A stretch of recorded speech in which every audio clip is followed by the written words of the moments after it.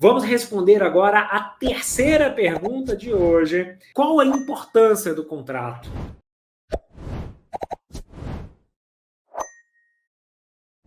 Essa pergunta ela é muito capciosa,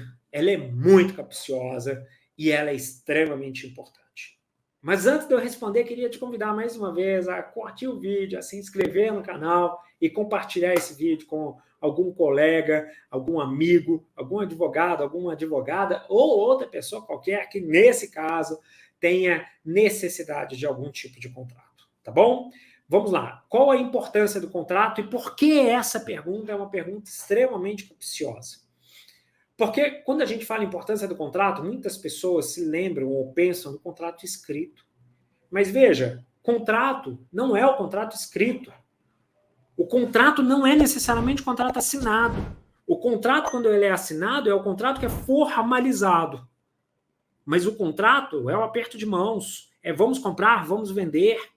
Esse é o contrato. O acordo, a manifestação de vontade de duas partes que se obrigam entre si, que formam algum novo direito, que alteram algum direito. Esse é o contrato. Então, esse contrato especificamente, que ele vai conduzir a um cenário extremamente importante. E quando a gente fala de importância de um contrato, a gente tem que lembrar, então, que o contrato pode ser o contrato verbal ou o contrato escrito. E como que eu vou saber para diferenciar qual que é qual? Isso é fácil. Na verdade, quando usar, né? Como que eu vou saber como diferenciar o momento de utilizar o contrato escrito ou o contrato verbal? Lembre-se que todo contrato tem uma relação direta e inequívoca entre custo, formalidade e risco. Custo, formalidade e risco.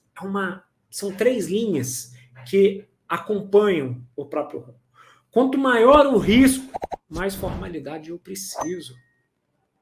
E aí, para isso, eu vou ter um maior custo. Custo de quê? De transação. Fran, o que é custo de transação? Tem um vídeo que vai aparecer ali para você sobre custo de transação.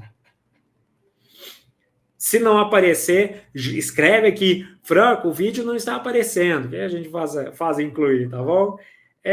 Então, esse é o custo de transação. Agora, quando eu falo num risco pequeno, não tem porque eu investir muito, eu gastar muito para formalizar demais. Vamos dar um exemplo.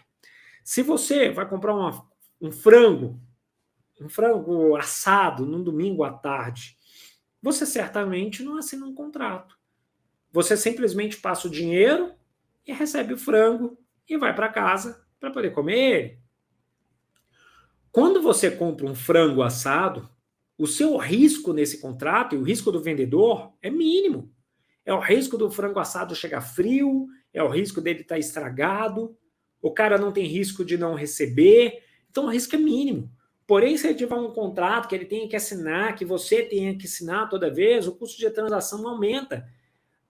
Para quem, como eu, ama um frango assado num domingo na hora do almoço, sabe que os melhores quase sempre tem fila. É ou não é? E se tem fila, imagina se ainda tivesse o tempo para poder assinar o contrato, preencher os dados e assinar o contrato. Você ia chegar em casa com um frango assado frio. Então, o custo de transação, ele não justifica o baixo risco, por isso você não formaliza. Entendeu? Por outro lado, se você vai construir um prédio, ou se você é um jogador, é um clube de futebol e vai contratar um jogador famoso, um jogador bom de serviço, ou se você vai contratar um advogado, você vai formalizar um contrato. Por quê? Porque o risco começa a ficar elevado. Por exemplo, imagina um jogador de futebol, se você fica só no risco, no contrato formal, no contrato informal, verbal, poxa, qual que é o risco do jogador vir para cá, mas ir jogar em outro clube? Qual que é o risco para o jogador?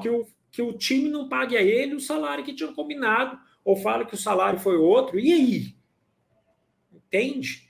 Então, o contrato formal, ele estará ali diretamente relacionado ao risco envolvido. E é por isso também que quanto maior o risco, maior a formalidade. Por isso que contratos muito grandes dizem respeito a riscos muito grandes. Vamos falar, por exemplo, de uma obra, de uma usina hidrelétrica, construção de uma usina hidrelétrica de 400, 500, 600, 700 milhões de reais. Quando eu sento para poder elaborar ou revisar um contrato desse, eu sei que vai demorar, porque um contrato desse tem 100, 120, 130 laudas. Por que tem 100, 120, 130 laudas? Porque o risco é gigante para os dois lados. Se o risco é gigante para os dois lados, eu preciso de um contrato que dê muita segurança. Por isso ele é grande. Só que como o risco é muito alto, eu não importo de ter um custo de transação alto. Então, o custo é alto, porque o risco é alto e eu preciso de uma formalidade alta para cobrir esse risco. Não é por outra razão que o contrato de honorários advocatícios é um contrato escrito, mas um contrato de 2, 3, 4 laudas, não mais do que isso. Por quê? Porque tem risco? Tem, mas um risco bem menor do que um risco de uma construtora que vai construir uma usina hidrelétrica, ou uma pequena central hidrelétrica, uma CGH, ou mesmo um edifício. Percebeu que custo, risco e formalidade são diretamente relacionadas?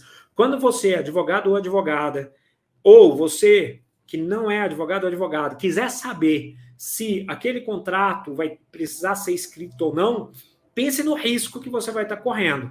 Se você estiver correndo risco elevado, formalize o contrato. Ele vai ser um contrato muito extenso ou pouco extenso, muito complexo ou pouco complexo, de acordo com o risco ali envolvido. E aí, obviamente, quanto mais complexo, maior o custo para poder formular aquele contrato.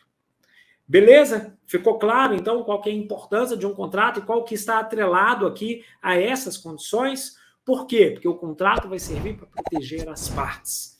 Então, o contrato ele é importantíssimo para proteger as partes, para que as partes tenham segurança no que fizeram. Só que o contrato também ele está diretamente ligado ao risco. Quanto menor o risco, menor a formalidade necessária e, portanto, menor o custo. Quanto maior o risco, maior a formalidade necessária e, portanto, maior o custo. É o contrato escrito que vai conseguir ter, na ponta do lápis, cada um dos itens que são estabelecidos entre as partes. Fechado?